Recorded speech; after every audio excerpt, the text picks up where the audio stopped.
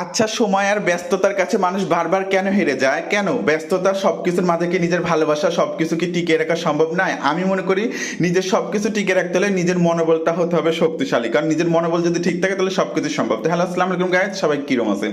আলহামদুলিল্লাহ আমি অনেক অনেক ভালো আছি। তো সকালে ঘুম থেকে উঠে ফ্রেশ ট্রেশ হয়ে চলে গেলাম কোথাও বাজারে। তো আজকে বাজার থেকে কি আনলাম? চিকেন আনলাম। আজকে চিকেন কষা রান্না করবো। কিছু জানে আপনারা সবসময় ভাববেন যে রাফি ব্যাচেলার রাফি সবসময় খুলে সবজি সবজি খায়। তো আজকে ভাবলাম না, আজকে একটু চিকেন কষা রান্না আপনাদের দেখা দিতে টাকা আজকে ফুরাইছি গুস্ত কিনে। তো যাই হোক, এদিকে আমি চিকেন সুন্দর মতো করে ভেজে নিলাম, এদিকে আলু ভেজে নিতেছি সেই তেলে। তারপর ভেজানোর পর তারপর সব মশলা টশলা দিয়ে সুন্দর মতো কষা নিতেছি। তো মশলা কষানো হয়ে গেলে এদিকে দেখেন ভেজে রাখা আলু আর চিকেন। তো এদিকে মশলা কষানো হয়ে গেল, তার মধ্যে দিলাম টমেটো বাটা। তো এটাই মূল আকর্ষণ আজকের ব্যাচেলার রাফি রান্না। তো আলু দিয়ে কষা নিতেছি সুন্দর মতো। তো আলু কষানোর পর তারপর দিয়ে দিলাম ভেজে রাখা চিকেন। তো চিকেন কষানো হওয়ার পর একবার তেল ছেড়ে দিয়েছে, তারপর দিয়ে দিলাম সামান্য পানি। তো এদিকে ফুটন্ত হইতেছে আমার তরকারি। তো মাশাআল্লাহ, এদিকে আমার চিকেন কারি একদম রেডি, চিকেন কষা। তো যাই হোক, তারপর গোসল করে ফ্রেশ হয়ে চলে আসলাম। এদিকে গরম গরম ভাত নিয়ে নিছি, কারণ আজকে শুক্রবার। আজকে ব্যাচেলার রাফি অনেক কাজ করছে।